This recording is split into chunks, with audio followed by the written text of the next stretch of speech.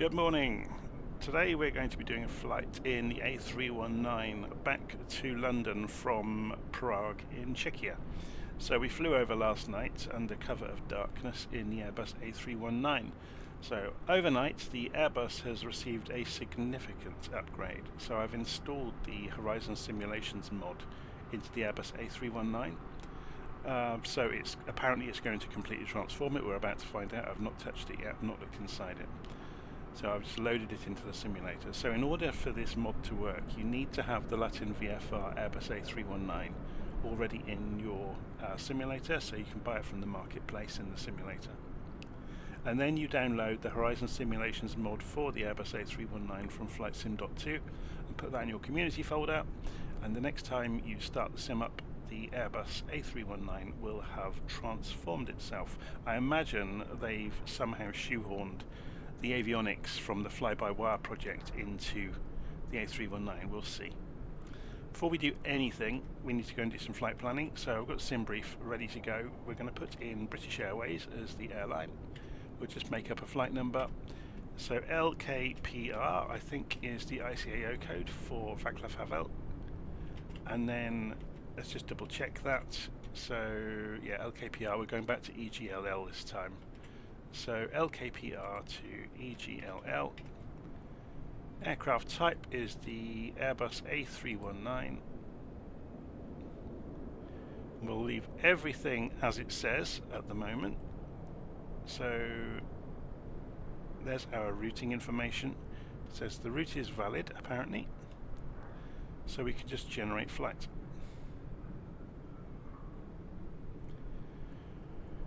So that will give us our basic flight. So we've got a cruise profile, cost index of 12. We're going to be cruising at 36,000 feet. So west is even usually, so east is odd, west is even odder, so 36,000, that makes sense.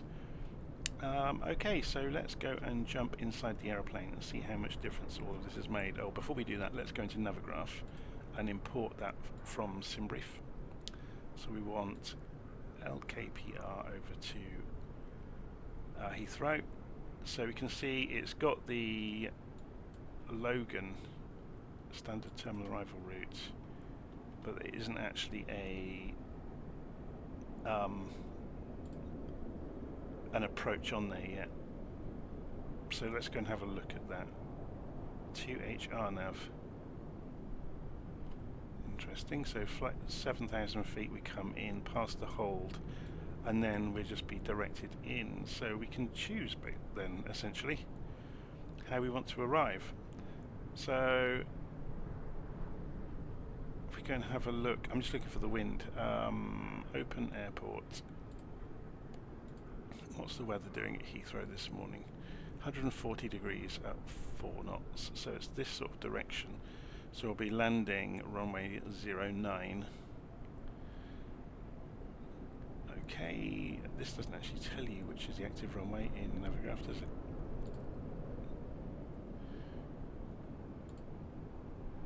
But we can pick one from here. So 9 left or 9 right. Oh, so okay, arriving 9 left. That makes sense. Okay, so if we go back to our flight, yeah, so it's got 9 left already selected. We just need to choose our approach into 9 left. So ILS runway 9 left. That makes sense, doesn't it? So add that to our route. So that's using the LAM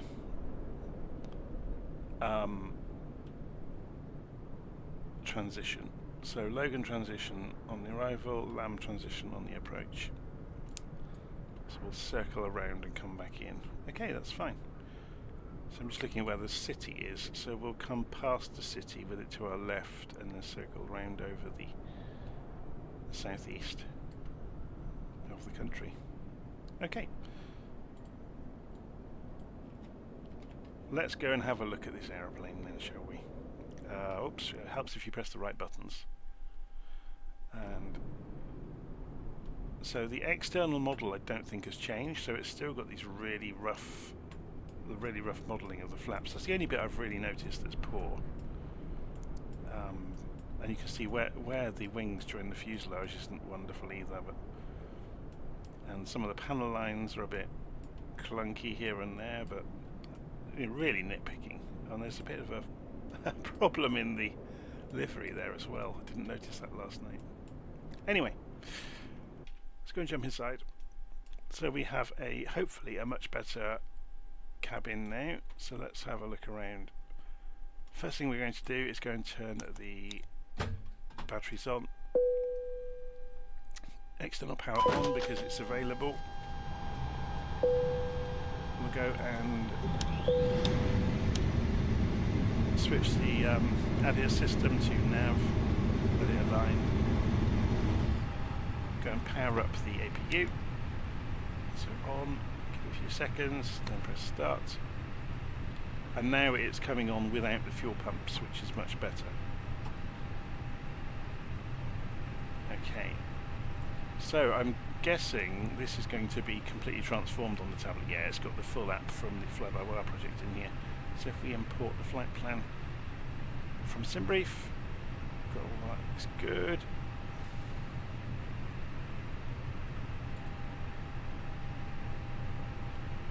So we should get the operational flight plan. They haven't got the monospaced font, which is a bit of a shame. Okay. Ground power unit. It would help if we got ground power, if we had a ground power unit. It always amuses me when that doesn't quite align. Yeah, so this is the old version of this, I think. So can we get a jet bridge here? No, there's no jet bridges there. There's just the stairs. We'll stop them, there's no point. So if we go to fuel, we can get that from Simbrief and fill the airplane with fuel. Get a payload. We can get the load out from Simbrief. Boarding completed. We can get all the passengers onto the airplane, doing it instantly just to save us some time. We don't need that yet. Okay, so it's giving us the options of Navigraph in here. There's no point with it running alongside the simulator.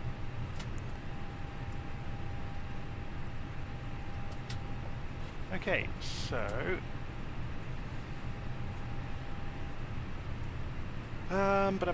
Ladies and gentlemen from the flight deck, on behalf of myself, your captain, the first officer, and cabin crew, I'd like to take this time to welcome you aboard our flight. We're just wrapping up some paperwork up front here and waiting to receive final numbers from the ground crew, then we'll be on our way. Flight attendants will be coming through the cabin shortly with a very important safety briefing. We do ask that you give them your full, undivided attention as they review the safety operations of this Airbus aircraft. We do appreciate your business having you aboard this flight. If there's anything we do to make your flight any more enjoyable, please don't hesitate to ask. Welcome aboard. Emergency exit light has to go to armed, so that's working now as well. The no smoking sign goes to auto. Oh, they got the no portable electronic devices instead of no smoking, which is good. We don't need seatbelts yet. We'll go and let's see what the screens are. The brightness of the screens isn't bad actually, so we don't need to do anything with the brightness of the screens. Let's go and quickly check the APU. Yep, that's up and running. So we need to go and get the route programmed in, don't we? I'm just looking at my checklist here, yeah, so that's the next thing to do. So let's see if the keyboard combinations are the same. They are. They're the same as the A320 now. So select the desired system, FMGC, and we should be able to go to the init page and do an init request, and it should get it from Simbrief, and there it comes. It's a lot faster now, a lot more predictable. And if we look in the winds, we get to do a wind request this time, which is a lot better, and we come back. Let's go and quickly check on IRS initialization. Okay, so we go sideways, we can go and get the block fuel now. Oh, we have to do this one first. Oh no, we have to, did I not apply that on the aeroplane? It's rather interesting. So on the payload and fuel, I'm sure we did this already. Refueling completed. Payload's already done.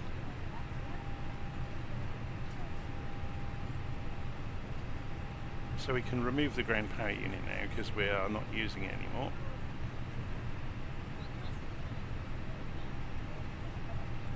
Go and look at the pushback page and come back over here. This should have auto-filled itself in, but I guess, okay, fuel planning. There we go. Oh, okay, I just did that out of step. My bad. Okay, so we've got the fuel in, so we go over to the flight plan. We are leaving on. Let's go and check Navigraph. So we're leaving on runway 06, doing the Veno 7D and the Venox transition. So 06, Veno 7D, and can we change the transition? Is he going to let us?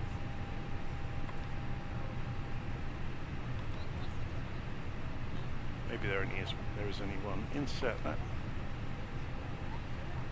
And then go, and yeah, this is Venox. Then go to EGLL, arrival. So we're coming in ILS 9 left, and the Loga 2H arrival. So ILS 9 left.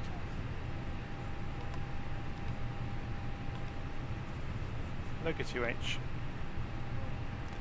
And it was the LAM transition, so there it is. And insert that. So let's have a quick scan through to make sure it makes sense. Yeah, we've got a much better rendering on here now as well. It's a lot better, isn't it? So plan mode. We'll zoom out a little bit so we get some range on it. And then we'll step down through route. So we've got discontinuity here. Okay, the Venox to Dekov. Yeah, so it's just own navigation on that before you get to the airways, basically. So we'll just clear that one out for our purposes. This is why we check these things. And continue on through the route.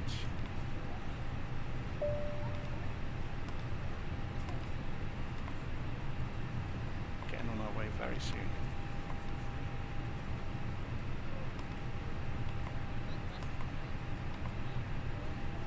So this is the basic routing. We're going to do performance next. So it's all looking good. There's the LAM transition. Yeah, that's all great. Okay, so put that back onto ARC mode.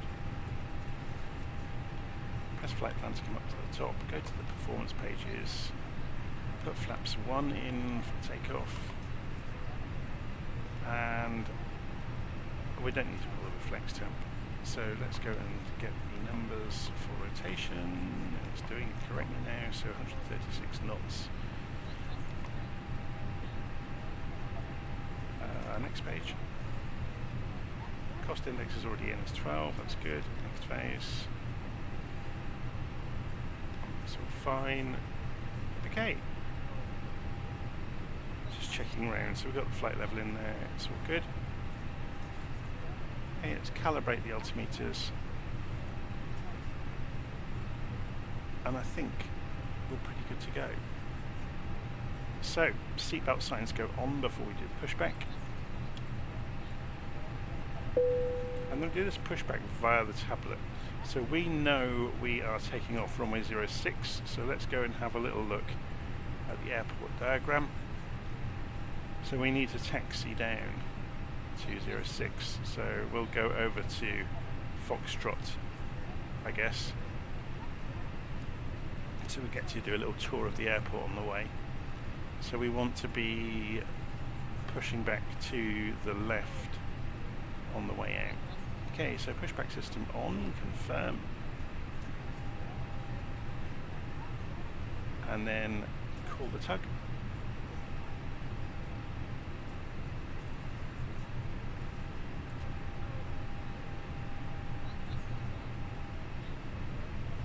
Wait for the tug to get attached to the aircraft.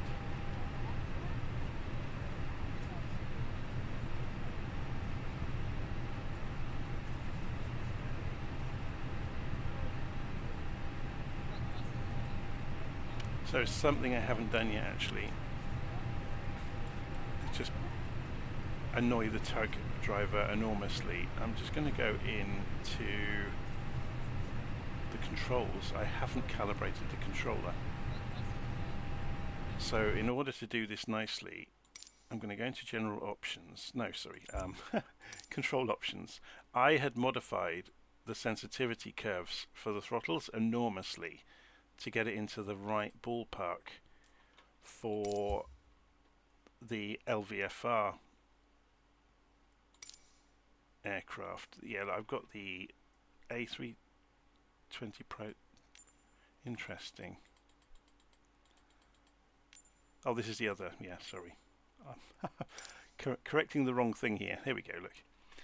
So if we go into sensitivity, yeah, I had to do this to the sensitivity curves to get it to behave itself for the other aircraft. So I'm going to zero all of this out, or hopefully try to zero it all out. You can use the mouse wheel to get this to 0, and then this needs to be at 0. So I'm basically straight lining the curves, and then I'll use the calibration in the tablet, if it's there, to sort out the throttle positions. Okay, so apply and save, go back, resume, and I have to try and remember where any of this is now. So where will it be in here?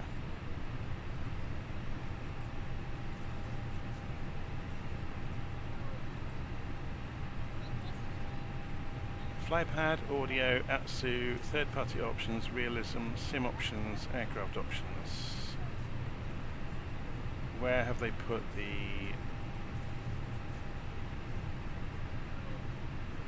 So I'm going to pause recording while I do this, and then just so you don't see me hunting around, I'll be back in a moment. Okay, I found the settings. It was in the cog. If you go into sim options, and then you can calibrate the throttle detents. So I've gone through and done that. So if I just confirm this with you, I can now go to reverse, I can go to 0, I can go to climb, flex and toga very accurately, which I couldn't do before. Let's just check the... Okay, the classic problem has already happened where my controller has refused to work. Here we go, look, I've got controls working there. I just had to pull the plug on my USB controller. There are various bugs in the USB drivers in Flight Simulator that cause these issues. Anyway. Right, so we were ready to push back, weren't we? So let's go back to the pushback. We want to go, so I can take off the parking brake and go backwards. And if you remember, we want to push the tail to the right. So this, other way, the other right. Or our left then, yes. Okay, so while that's all going on, we'll go out nice and slowly. We'll go and put the APU bleed on. We'll go and turn the ignition on. But we need to put the beacon light on first. Flight attendants, arm doors, and cross-check.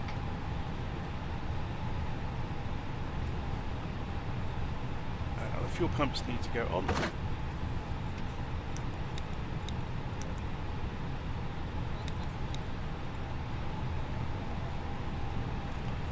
APU bleed is already on, so ignition can go on now.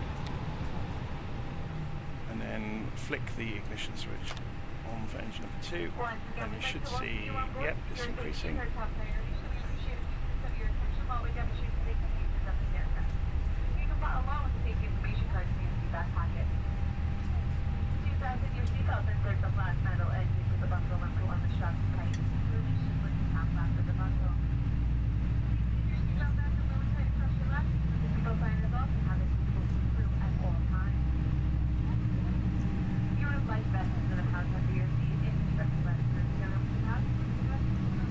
Okay, let's go and stop the pushback. Parking brake on, release the tug.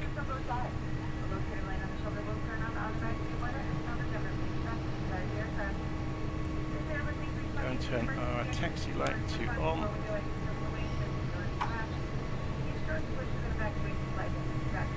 So that engine's already started. Start engine. It's always a bit of a scramble doing this in the simulator, so we're going to put this into auto. We won't do the TCAS until we're a little bit closer to the runway. Just waiting for the other engine to come up.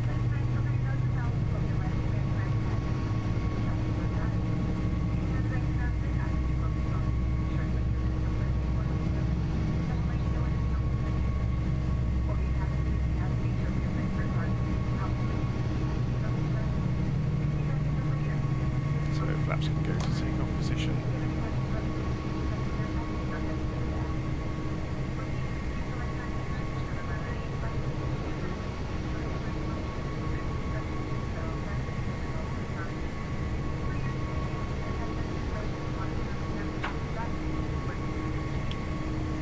Pull the range back down on the display. Okay, engines are running, so ignition can come back off.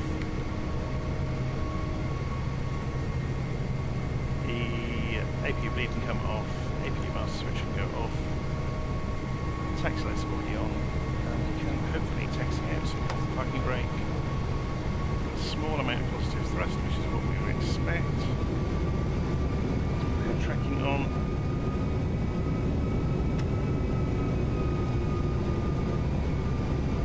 Visual steering is working.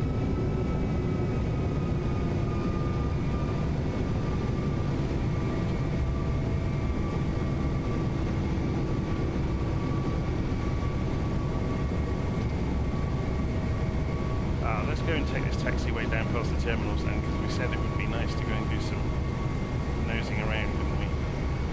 Okay, so while we are taxiing, we're going to put the predictive wind shear on. Go and set the cruise at 36,000. So we use managed mode, which will do all of the speed and climb. So all the numbers are in for the speed restrictions and the altitude restrictions. It's all looking good.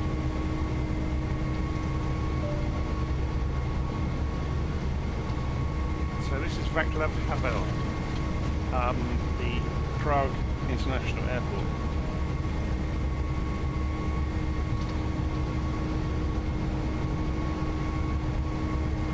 So we're going on a bit of a magical mystery tour to get to runway 06.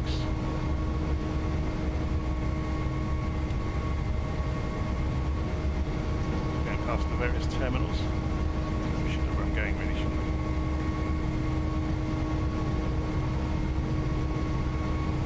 So I'm just going to bring the airplane to a halt here briefly. So yeah, we carry on left then along.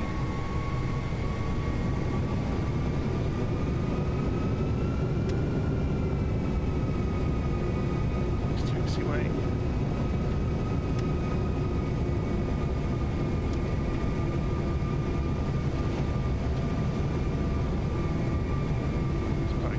The airport, isn't it? Just run over a forklift.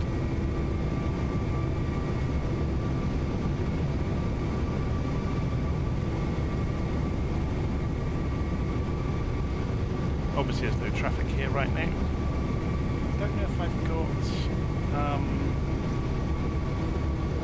no, I don't seem to have the aircraft injector installed at the moment. Otherwise we could fill the airfield with aeroplanes.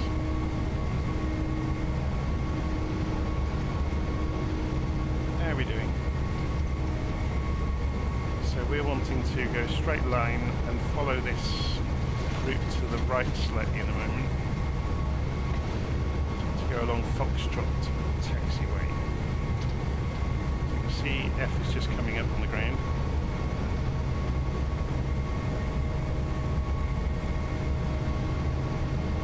Again.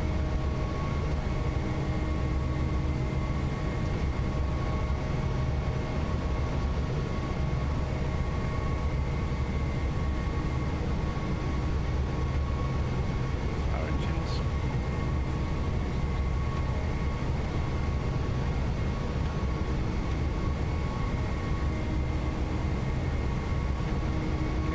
we're going to have to cross the runway in a moment. In the real world, you would obviously stop and get permission to cross the runway. But we have no traffic around, so we can take liberties all over the place.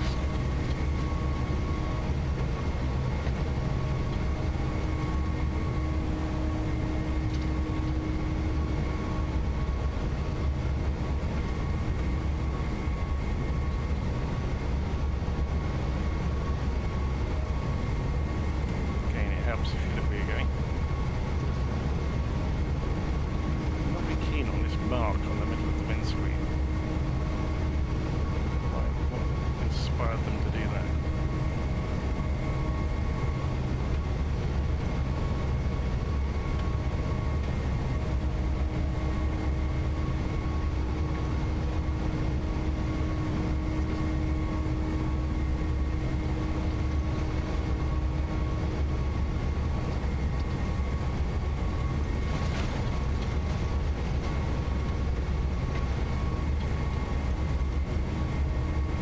So we'll go for the next intersection. We don't need the full runway length, we're only in the small airplane. The Airbus A319 is not enormous. So while we are taxiing, we can go and pull the spoiler up to arm the ground spoilers. So as I said last night, watching the real airplane in action was quite instructive. So it would appear that once the spoilers were armed, every time the flight crew touched the brakes, the spoilers flipped up. Which is kind of what you'd imagine. There's a huge lump here in the taxiway.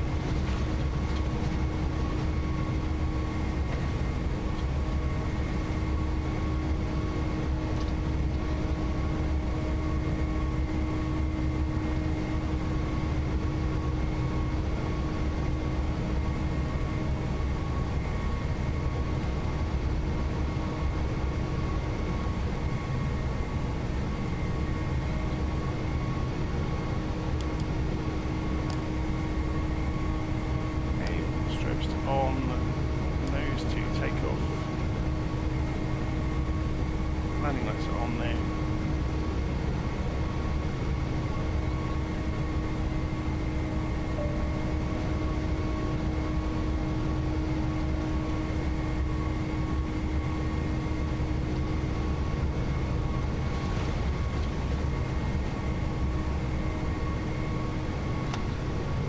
Okay, just double check things. Good. Spoilers armed. Flaps are at takeoff. So we're going to put the TCAS onto TAR right now. Flight attendants, please prepare for takeoff. Should have done on the taxiway, really, judging by the sound it triggered from that. Let's go and put this back on the front page now. Okay.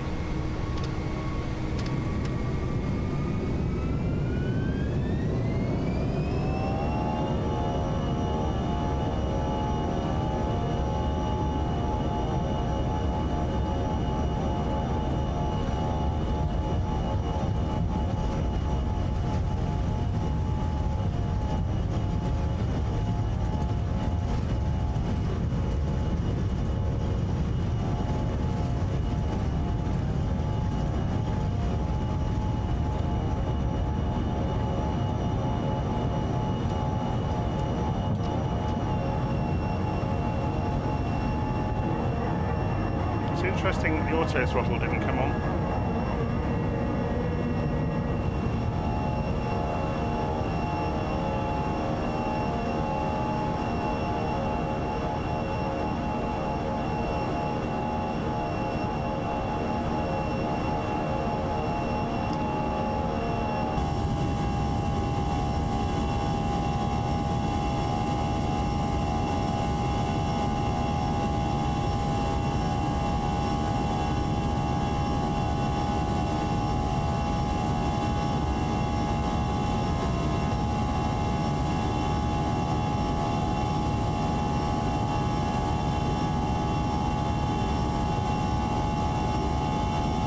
Aircraft should turn left very soon.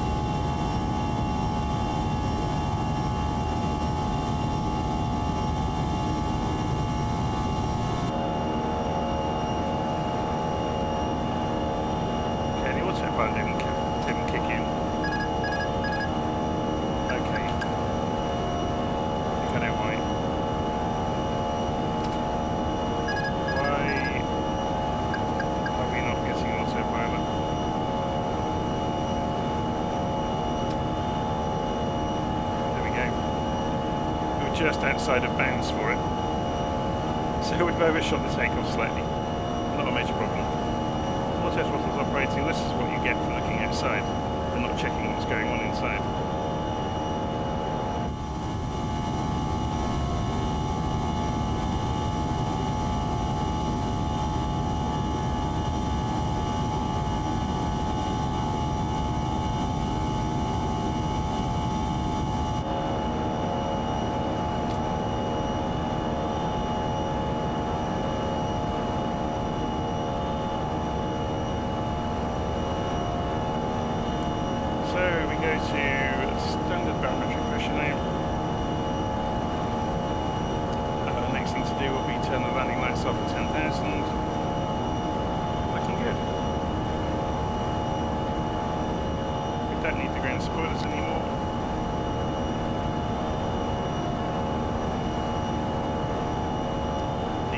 Lights can go off.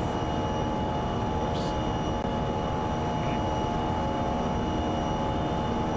And the aircraft is rejoining from where we just missed the turn where the autopilot. Our pitch was too high basically. And then we got a little bit slow. So that was my own fault for hitting autopilot too early and not really knowing the aeroplane. Should have managed that first turn manually really.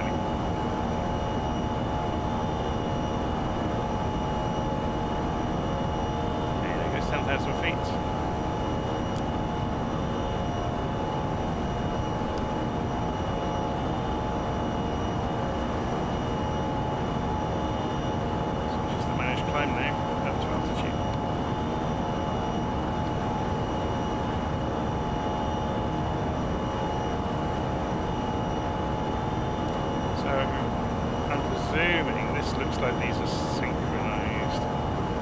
So if I do something over here, yeah, that's a shame. Because sometimes it's useful to have two different screens going on.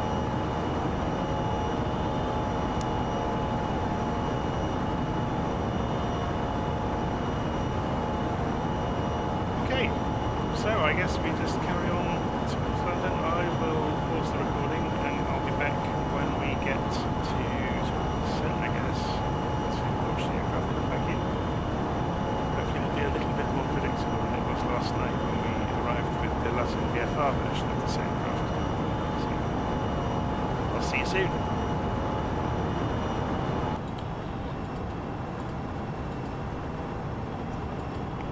Okay, so the simulator has just frozen as I went and started recording again. There we go, it's just released. We are approaching top of descent, you can see at Zaman, if I go and show you this on the chart. So we're coming in over the English Channel, and you can see Heathrow is down here.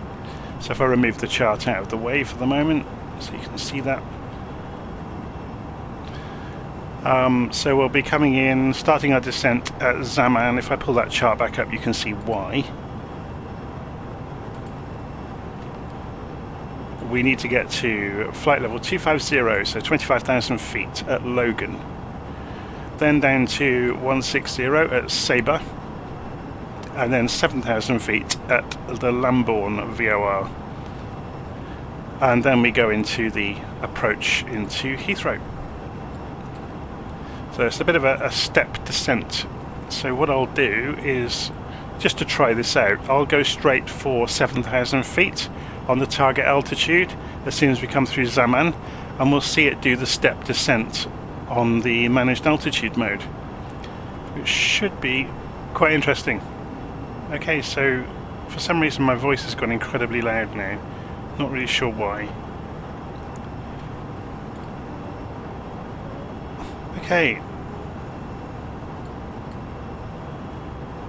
so looking back at the aeroplane, everything's been absolutely like clockwork so far.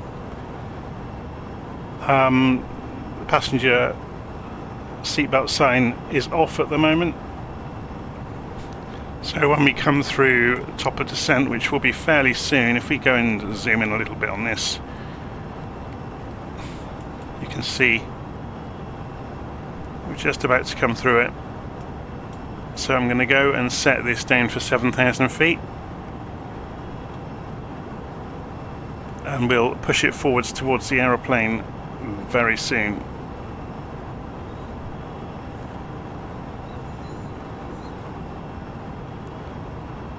Okay, so 7,000.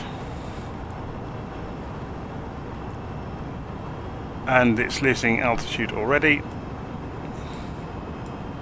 So we're going to go and put the seatbelt sign back on for the passengers.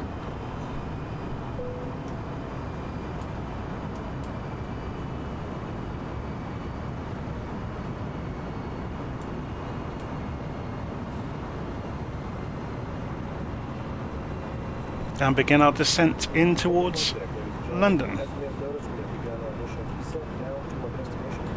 would be a good time to wrap up any business you need to take care of as we prepare for our approach. If you are up, once you return to your seat, we ask that you remain seated until the aircraft arrives safely on the gate. Pilot plans, please prepare the cabin for arrival. So I'm just watching the speed here.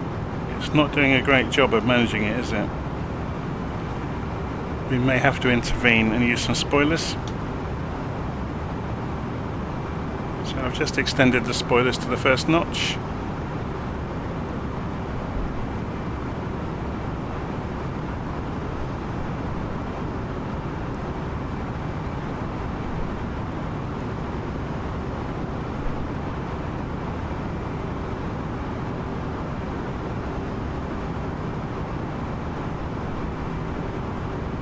Seems to be managing okay now.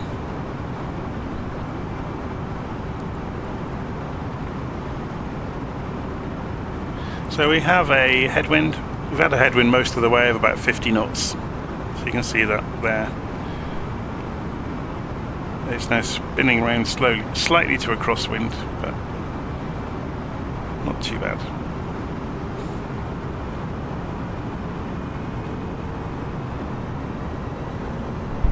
I'm going to take those spoilers back off now.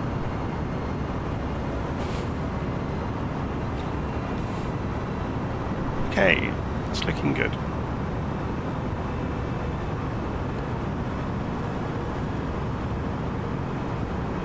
So rather than make you wait around for ages, I'm going to go and pause for a moment. Actually, on second thoughts, it's probably better to let you watch all the way down, isn't it? You get to see what happens and the reasoning behind it. So you can see the engines are flashing because they're on idle at the moment. So the engines, well, the airplane is descending as quickly as it can. So we need to be, if you go and look at the chart, we're targeting 25,000 feet at Logan, which we're just approaching. So coming down to 27,500. So we're a little bit behind schedule. Though the green dot here for the descent profile is right in the middle, so not such a major issue really.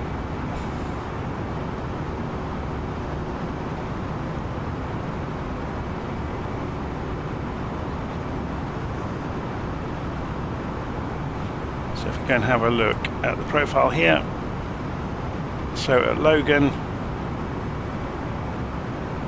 see, this is completely disregarding the steps that are on the chart, which is interesting.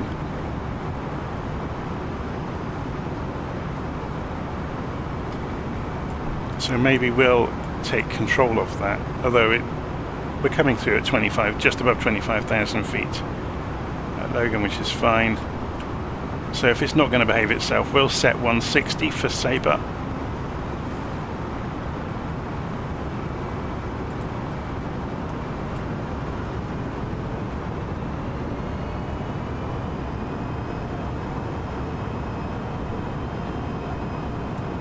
So we've told the aircraft to come down to 16,000 feet, which is flight level 160. So above the transition altitude you talk about flight levels, below the transition altitude you talk about thousands of feet.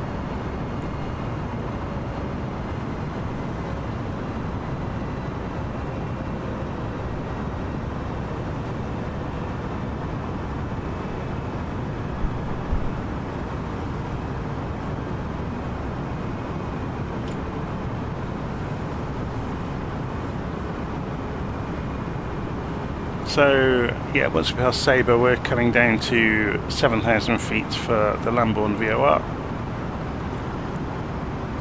And I think we've come through that first layer of cloud now, so it's actually clearing a little bit over the UK. It was thick cloud over France and Belgium,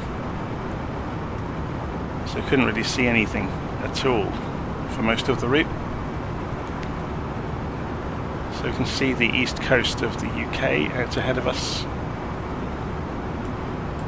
And see the river snaking off, so that's the River Thames in towards London. And you've got the southeast coast, there's a container ship down there.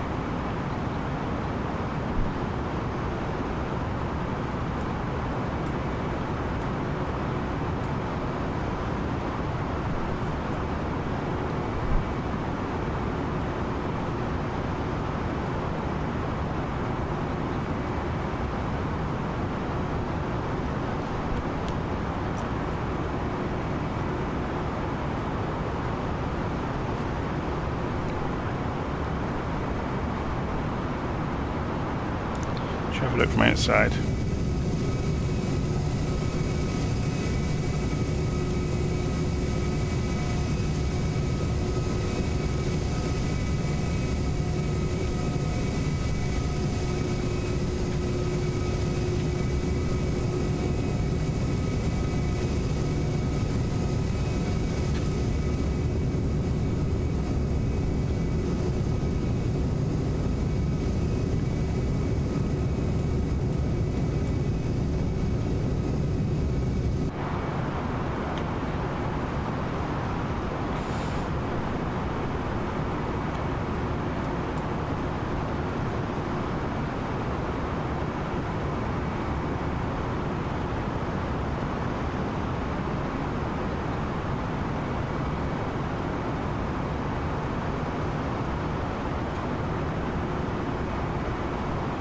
So there's the Lamborn VOR, where we need to be down to 7,000 feet by the time we get there, so you can see it's here, the chart, and 220 knots as well, so we need to decelerate before we get there really. Let's see if that's accurately reflected down here. So LAM 220, 7,000. Okay, so what we'll do, just approaching Sabre, coming down towards 16,000 right now. So we will continue this down to 7,000 feet and let the aeroplane get on with it. We may use the spoilers to assist it in decelerating if we need to.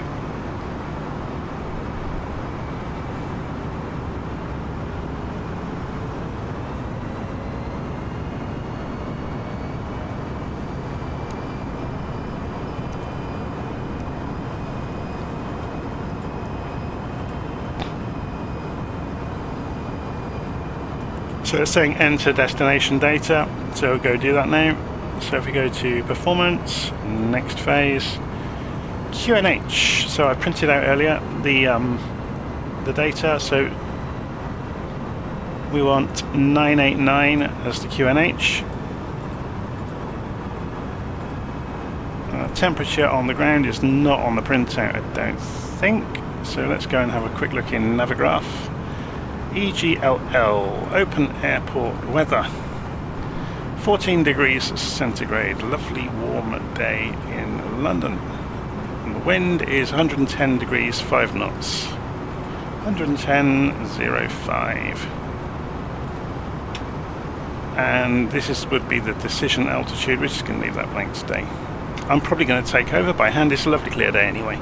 So next phase is all looking good. We'll leave all that alone, keeping this simple.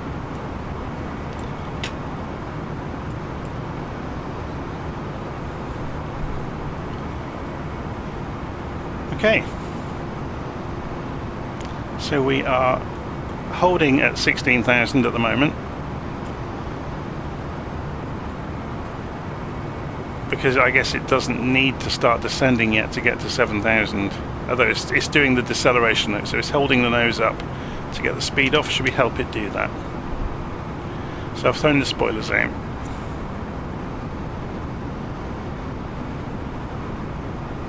You can see the indicated airspeed dropping off.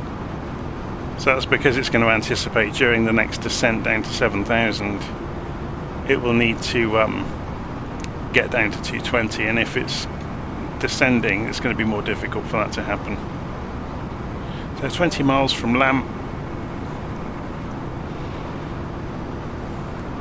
There we go, we've achieved target airspeed, and now you can see the descent rate dropping off.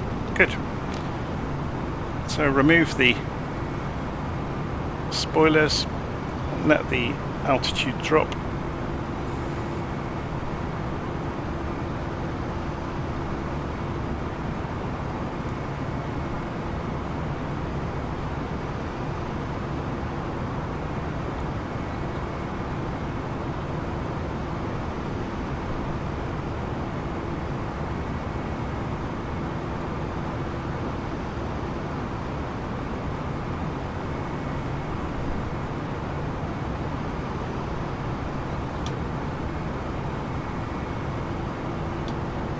Right, I'm going to put the spoilers out to come down a bit more steeply.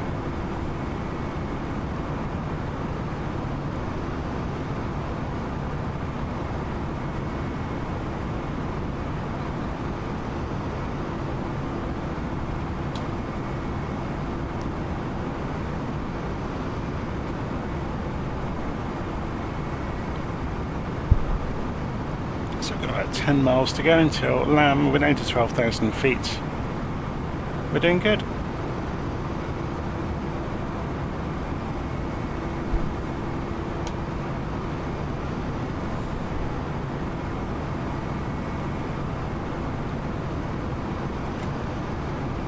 Okay, so you can see on the charts here, spinning around towards Heathrow, descending as we go. Just over 11,000 feet, 4,000 feet to drop in the next 10 miles.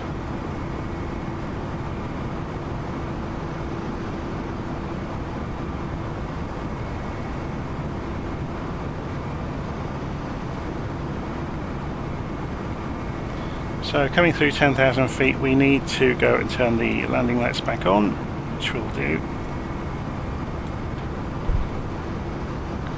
We need to find out the transition altitude. It's usually 6,000 feet this part of the world. I think it'll be on the approach chart. Yeah, 6,000 feet.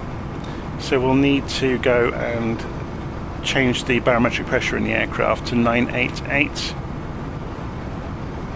in hectopascals.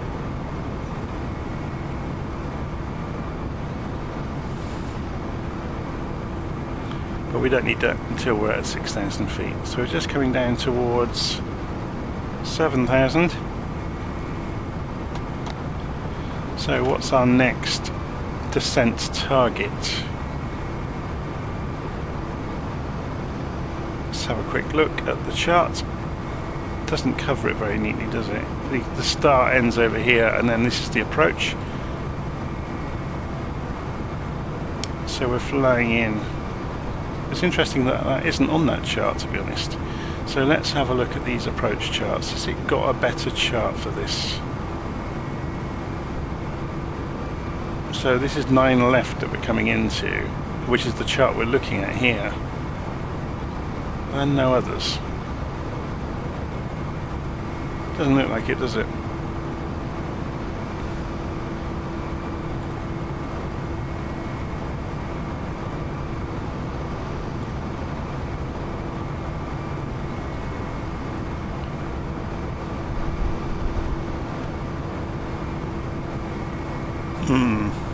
Okay.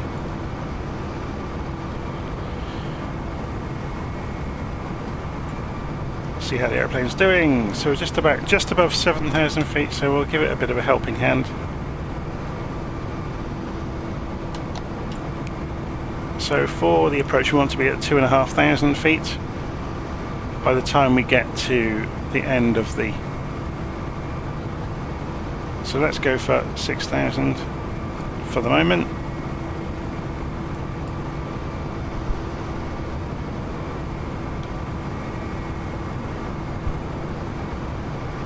30 miles to run, so there's no hurry to do any of this. We get to actually look at the city as we go past, so you can see London over there.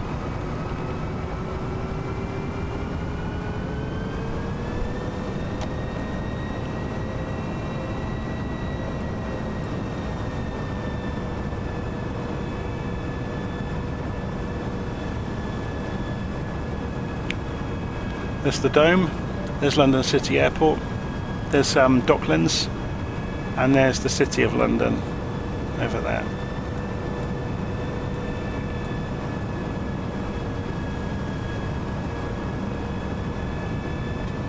So we want to go to 6,000 feet, don't we? Yeah, we've obviously got restrictions here, look. So it's holding us, we can decelerate before we can come down at LAM 30, LAM 34A. So it doesn't want us descending until we're a bit further on. So if that is the case and it's going to hold us in the air, we'll do this now. So 2,500 feet, we'll set that as our target. And the aeroplane will follow the restrictions on the way in fully automatically, which is really useful.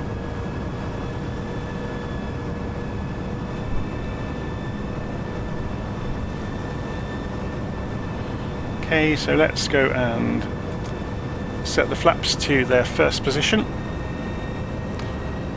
So we don't have to use spoilers anymore. The thrust will go up slightly, but that's to counter the drag.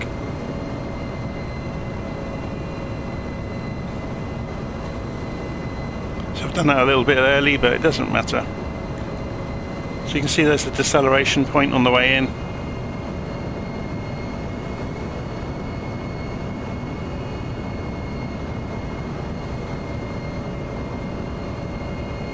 Let's go and double check the frequencies on the ILS. So we've got 89 degrees, 110.3. So if we go and look in the Navigraph page, or RadNav even, 110.3 and 89 degrees. That's all perfect. So come back into the flight page.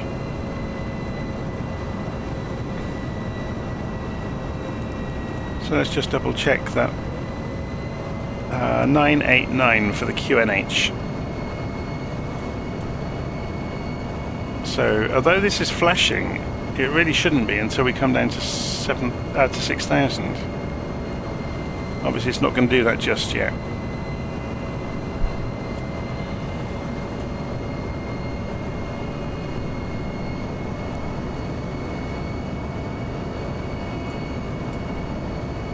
Might be a little bit of a bug in the aeroplane that's flashing, because we've got no course to do this yet.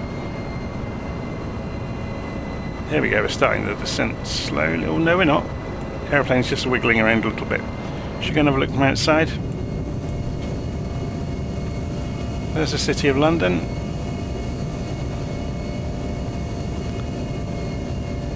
So Heathrow's over here, it's outside of the city.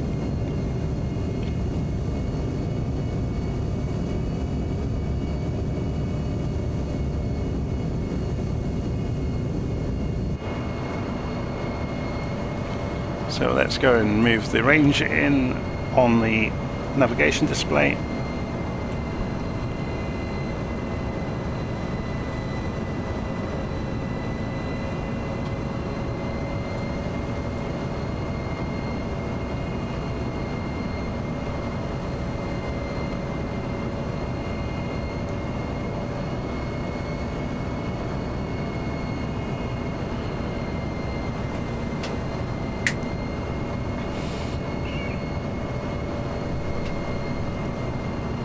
Babysitting the plane in really now.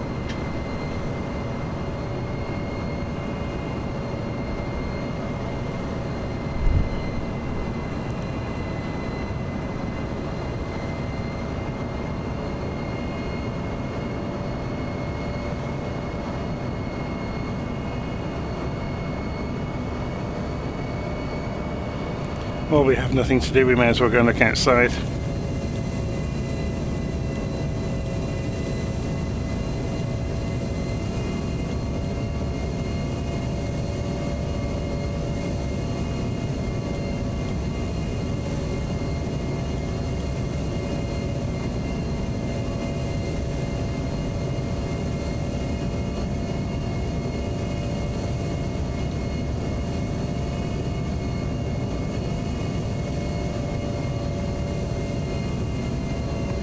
If we look over this way, we should see Heathrow alongside us.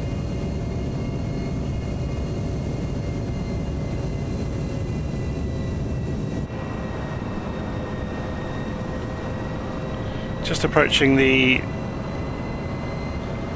demarker. So should we go and do this? No, really we're still 1,000 feet before we should be doing this, but I want this to be 989.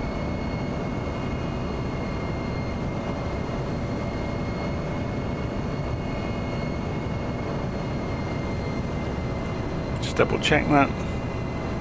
989.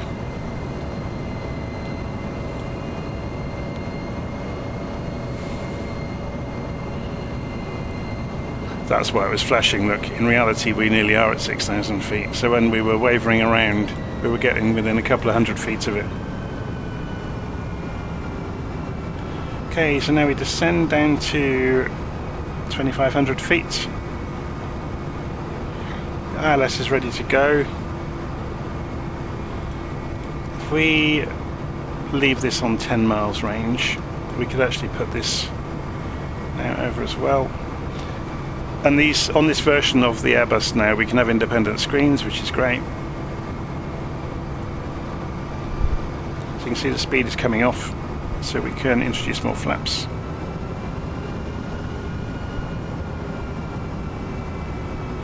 And that helps the aircraft descend, obviously, because you've got more drag now, so you can see the nose dipping.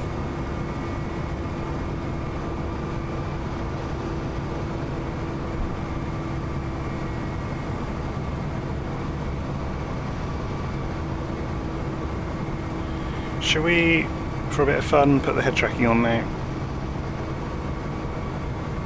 So that's Dorney Lake, where the Olympic rowing was years ago. There's the airfield behind us. So we'll be making our left turn soon.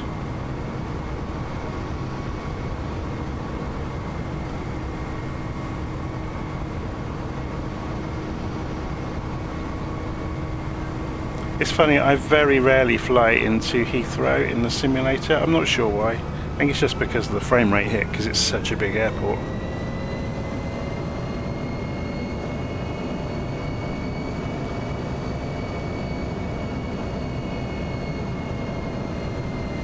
Okay, so we'll hold it at flaps 2 for the moment.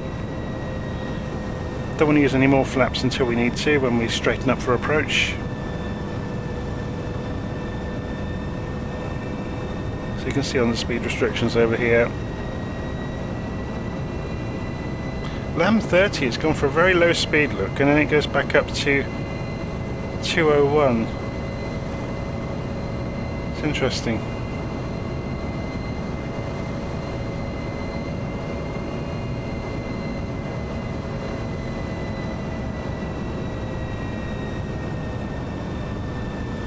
Okay, get ready for the turn.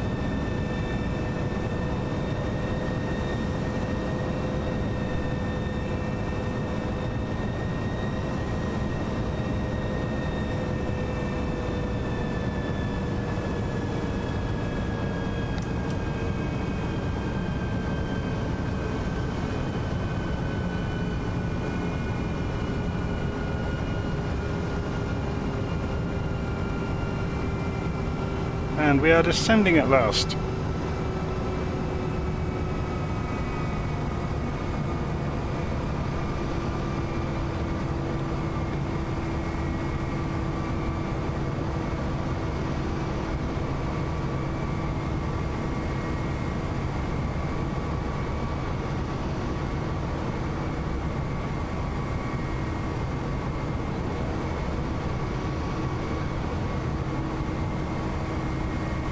Another aircraft there.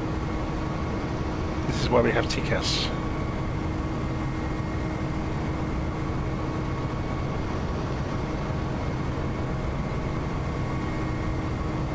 So obviously this is one of the benefits of having this massively upgraded avionics suite on the aircraft. We get ACARS actually working. Well, not ACARS, TCAS.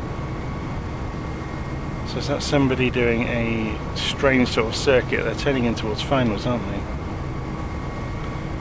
Probably see them there, 5 miles out in front of us somewhere.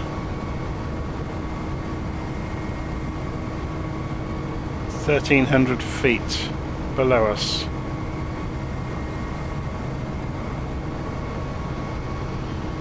Somewhere over there.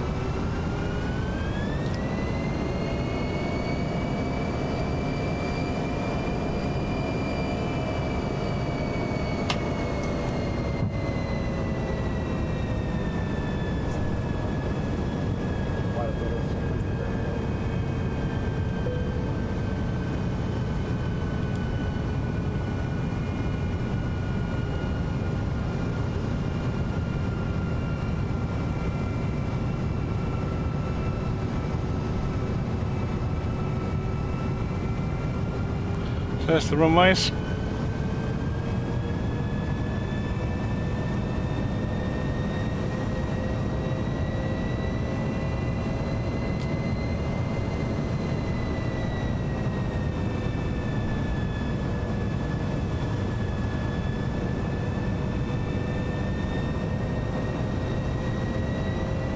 So we switch to landing system mode now.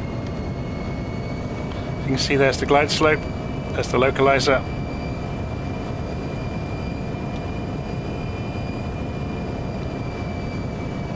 So obviously if we want to, we can go and engage approach mode, in which case the aircraft will give up with the GPS and use the radio because it has a strong signal, and we should also be able to engage both autopilot systems.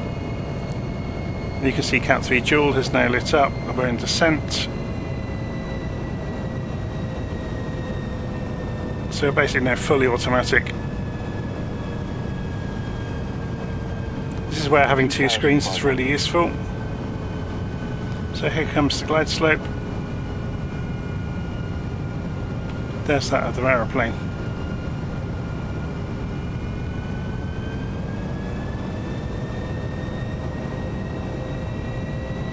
There may even be two aircraft in front of us. Fairly good spacing actually.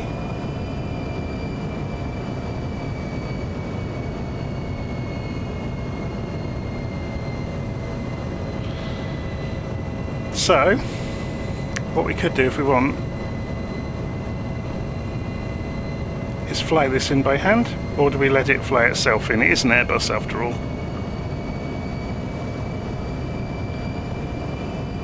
I'm not going to bother with the max brakes, you know, with the auto braking, but I am going to go and arm the ground spoilers. So basically as soon as we touch the brakes, the spoilers will flip up on the wings.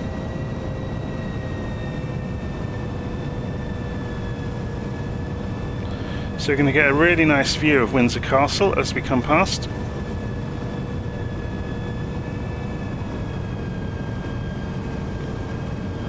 Should we do this from outside?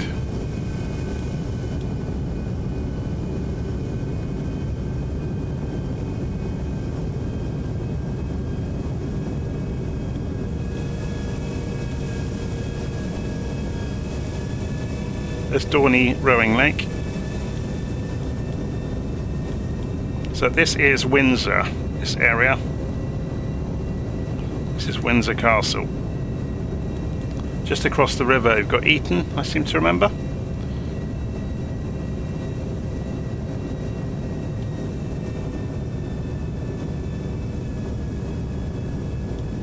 So there's a nice view of the castle and its grounds.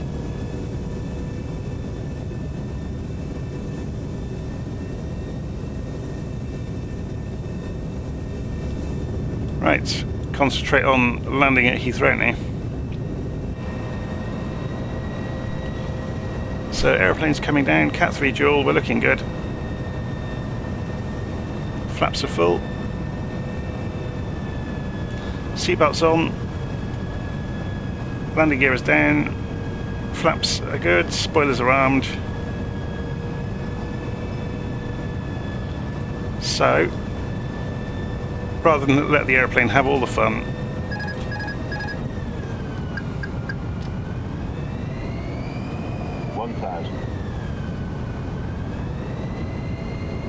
let's fly this in ourselves now.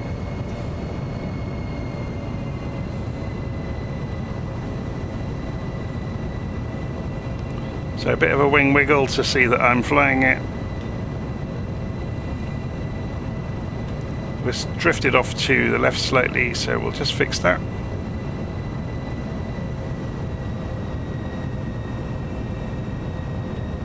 Oh, there's somebody doing aerobatics over Heathrow by the look of it, which is not helpful. Gone a bit high.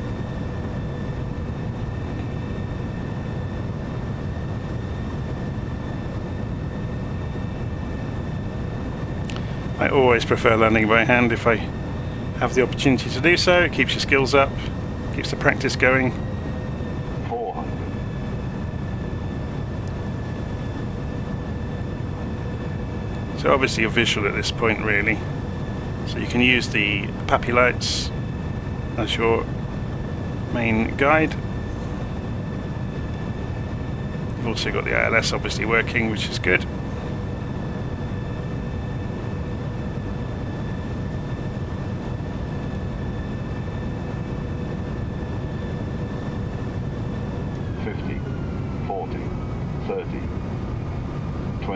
Retard. 10, 5.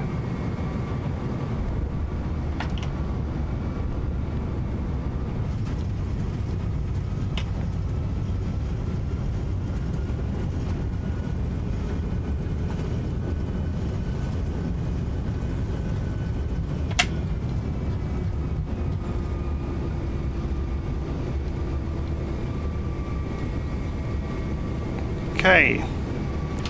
Flaps can come up, and we just need to taxi across.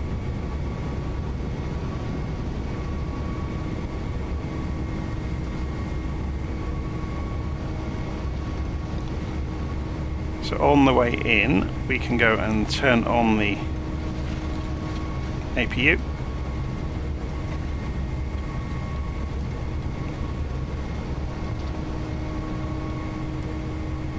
Can't really see at the moment, so we don't have ATC, so we're just going to make our way back. Hopefully we're not going to crash into anything else taxiing.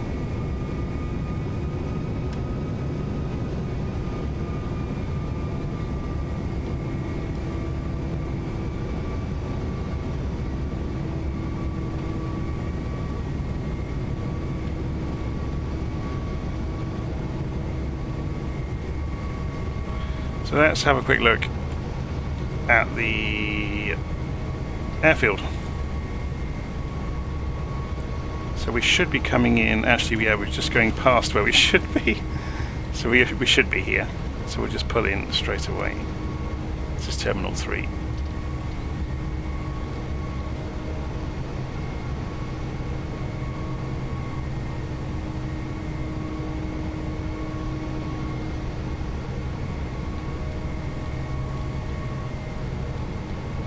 Landing light should have been off by now. Strobe should have been off. Back to auto, I should say. So we're just slowly rolling in.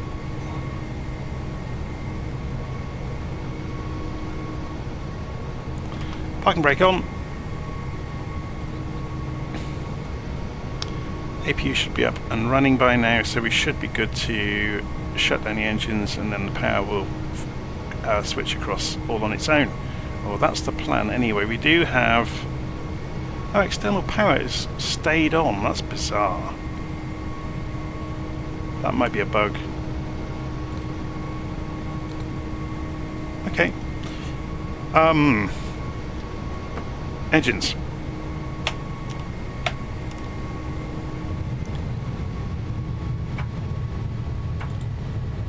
Seatbelt sign off.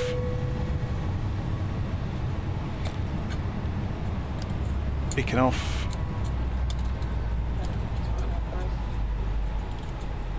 Taxi lights off. Strobes off. The doors verified. And then we can go for the jetway.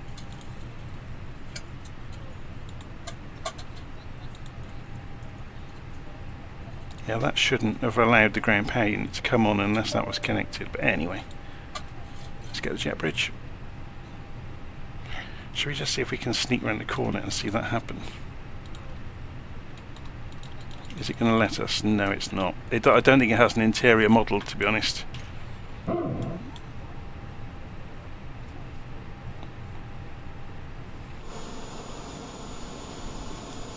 But it's fitted onto the aeroplane better than normal, which is good. Seems to have gone into the fuselage though, which is a bit of a shame. Anyway, we can start powering things down.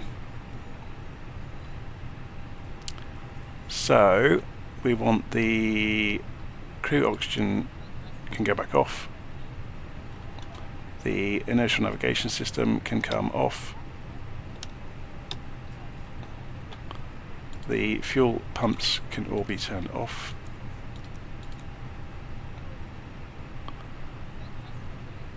The APU can come off now. The external power can be left on, I guess, because this aircraft's probably going to be turned around and used again.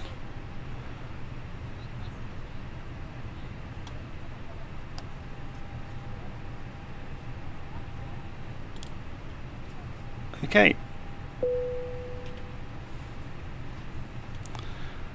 That's pretty much it. I mean, we could, if we want to go completely cold and dark, we can go and remove the external power and then go and turn the batteries off. He says as the simulator freezes again. Give it a moment. There it goes. Now, did it actually turn both of those off? No, it didn't. There we go. So now we're cold and dark.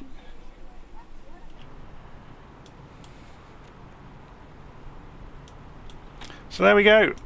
A nice little flight from Prague over to London Heathrow in the, now it's the LVFR A319 with the, what was it called? Horizon Simulations add-on that puts essentially the fly-by-wire avionics suite into the A319 to make it a lot better.